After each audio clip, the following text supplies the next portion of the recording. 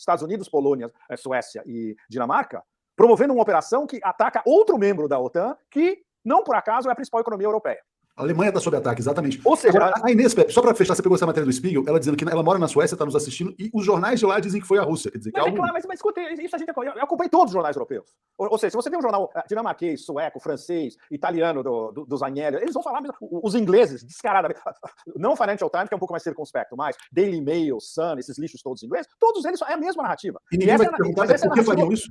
Mas isso é a narrativa OTAN. A narrativa OTAN vem dos Estados Unidos, vai para Bruxelas e se espelha e escapa por todo o espaço OTAN. É uma narrativa só. É a narrativa que eles têm sobre tudo o que está acontecendo desde o início da operação especial no Donbass. 24 horas, 7, é a mesma narrativa. Não existe possibilidade de bolha, Leonardo, nisso. E agora a narrativa só pode ser uma. É uma false flag russa. O jeito que ela está criando. Os russos para culpar o OTAN, para culpar os russos bombardearam o seu próprio gasoduto, seus próprios dois gasodutos, para culpar a OTAN. Que coisa mais além de estúpida do que isso, quando a margem de manobra, a profundidade estratégica extra que a Rússia tem em relação à Europa são justamente os dois gasodutos, e que retratam o fluxo de gás barato no qual a Europa montou o seu desenvolvimento nas últimas décadas, e que agora está a ponto de ser completamente interrompido. Ou seja, isso nos leva a outro tema importantíssimo, que é um subtema dessa história toda. A vitória... Eu exatamente sobre as consequências. Ele vai parar completamente? Não, wait. Eu vou chegar lá, Leonardo, só um minuto. A vitória tática parcial, momentânea dos americanos, que é de cortar qualquer tipo de colaboração energética entre a Rússia e a Alemanha. Veja bem, momentânea. Por que eu digo momentânea?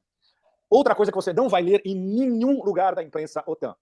Mas a gente sabe que estavam havendo negociações secretas, por um canal secreto, entre Berlim e Moscou, para tentar achar uma solução tanto para o Nord Stream 1, quanto para possivelmente abrir o Nord Stream 2.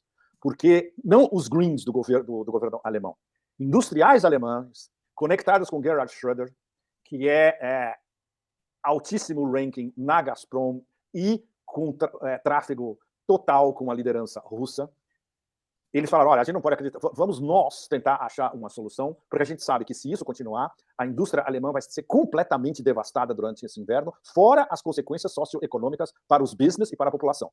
Então, essa seria a razão número 1 para o timing das explosões. Porque está nessa janela de oportunidade e numa janela estrita de no máximo 1, 2, máximo 3 semanas. Onde, dentro dessa janela, a gente tinha, pelo menos até agora, essa linha secreta Berlim-Moscou, vamos tentar resolver Nord Stream 1 e Nord Stream 2. O fato de que a mobilização parcial russa, chamada pelo Putin, daqui a algumas semanas ela vai provocar os seus primeiros frutos, ou seja, se houvesse uma ofensiva ucraniana, que não pode haver, porque eles não têm nem armas nem tropas suficientes para isso, a janela de oportunidade deles é, no máximo, nas próximas 2 semanas.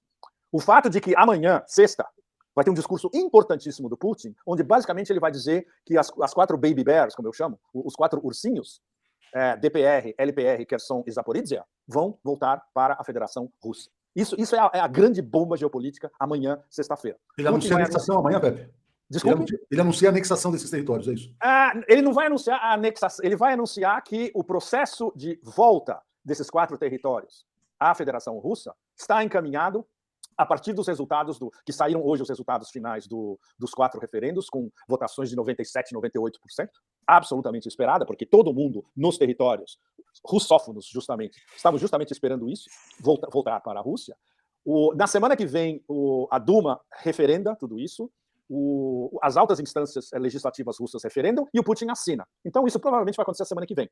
Então, a volta oficial de todas elas, assinada pelo presidente da República, vai acontecer a semana que vem. Amanhã ele vai anunciar que isso já está acontecendo, que é uma questão de apenas alguns dias. Então, isso, do ponto de vista de o golpe psicológico no Ocidente coletivo, na OTAN e nos americanos, é de uma brutalidade extraordinária. Isso demonstra, que os objetivos da operação especial estão sendo cumpridos, ainda que não todas essas áreas tenham sido liberadas, ou seja, a guerra continua em várias delas, né? Mas que essa parte substancial de Novorossiya está voltando para a Rússia. A mobilização parcial significa que com 300 convocados reservistas a mais, não gente que você vai numa escola e agora você vai para o exército, não é isso. Reservistas com experiência de combate vão ser retreinados e vão para o front, não na linha de frente do front, a partir novembro, dezembro, digamos. Mas eles vão ficar mais na retaguarda e tropas russas em rotação é que vão entrar nas linhas de fronte, que é algo que não estava acontecendo até agora, porque as melhores tropas russas estavam na retaguarda. Eles estavam basicamente olhando até agora. Como é que chama? Os combates sérios no Donbass até agora são as milícias de Donetsk e de Lugansk, o pessoal da Wagner, a empresa privada de combate, montada por aquele oligarca, e os chechenos do Kadyrov. São esses caras que estavam na linha de frente, em choque direto com as forças armadas ucranianas. Essa história toda vai mudar, que foi a lição que os russos aprenderam do que aconteceu em Kherson e em Izium, onde eles foram obrigados a recuar e ceder um território que não tem nenhum valor estratégico, mas, de qualquer maneira, eles foram obrigados a recuar. Ou seja, isso foi, taticamente e momentaneamente, foi digamos, uma pequena derrota, mas eles estavam já pensando no longo termo. Por exemplo, só para dar um exemplo para vocês, super importante. Por que eles recuaram em territórios em Kherson, que era basicamente no meio da steppe, que não tinha valor nenhum? Porque eles queriam proteger as repúblicas, e Kherson e Zaporizhia, durante os referendos. E isso prova que deu certo, porque durante os referendos houve algumas tentativas de interferência, de ataques dos ucranianos, mas não deu praticamente nada, porque as 4 regiões estavam muito bem protegidas, protegendo as pessoas que estavam votando. Ou seja, é a famosa tática russa de eles avançam, param, dão um tempo, se seguram um lugar, depois se retraem, porque eles já estão pensando no desdobramento. É guerra como jogo de xadrez. E é uma coisa que é incompreensível para o exército americano, que é um negócio basicamente de série de Hollywood. Não é assim que funciona a guerra. Guerra é você tem que calcular movimentos do adversário, prever movimentos do adversário e induzir o adversário a seguir os movimentos que você quer que foi exatamente o que os russos fizeram nessa retirada. Eles tiraram os ucranianos que estavam entrincheirados, os ucranianos saíram no meio da steppe e foram, e a artilharia russa pesada massacrou esses caras de uma maneira absurda. As perdas, quando você viu os números das perdas, é um negócio brutal. Ô, Pepe, duas questões aqui. É o jeito de você tirar os esquilos desculpe pelos esquilos, de tirar seja quem for da toca. Pepe, duas questões relacionadas ao que você está falando agora. Uma era sobre Odessa e outra sobre, por que não, todo o sul da Ucrânia, né? Você falou bom, isso é o longo, Leonardo, isso é o longo prazo. Então, resumindo a sua pergunta, se a gente está no estágio 2 a 3 da operação militar especial, ela vai agora ser retransformada numa operação antiterrorismo. Isso é super importante. Acabou a operação militar, Special Military Operation, a operação militar especial. Acabou, ela está acabando agora. Um ponto de inflexão fundamental são os referendos. Isso significa que você vai ter 4 novas regiões que fazem parte da Federação Russa. O que isso significa? Que ataques das forças armadas ucranianas, com ou sem neonazis, com ou sem apoio da OTAN, que são ataques todos que são delimitados e, planificados pela OTAN, contra essas 4 regiões, vão ser interpretados diretamente por Moscou como ataques à Federação Russa. Então mudou a lógica virou uma lógica de guerra agora. Vocês vão atacar Kherson? Vocês vão continuar bombardeando civis em Donetsk todo dia? Agora vocês estão atacando a Rússia. E vocês vão pagar por isso. Com consequências eventualmente nucleares. Desculpe. Não, eventualmente com consequências nucleares também. Que foi não, bom, isso eu prefiro que a gente fale disso daqui a pouco, mas com muito cuidado.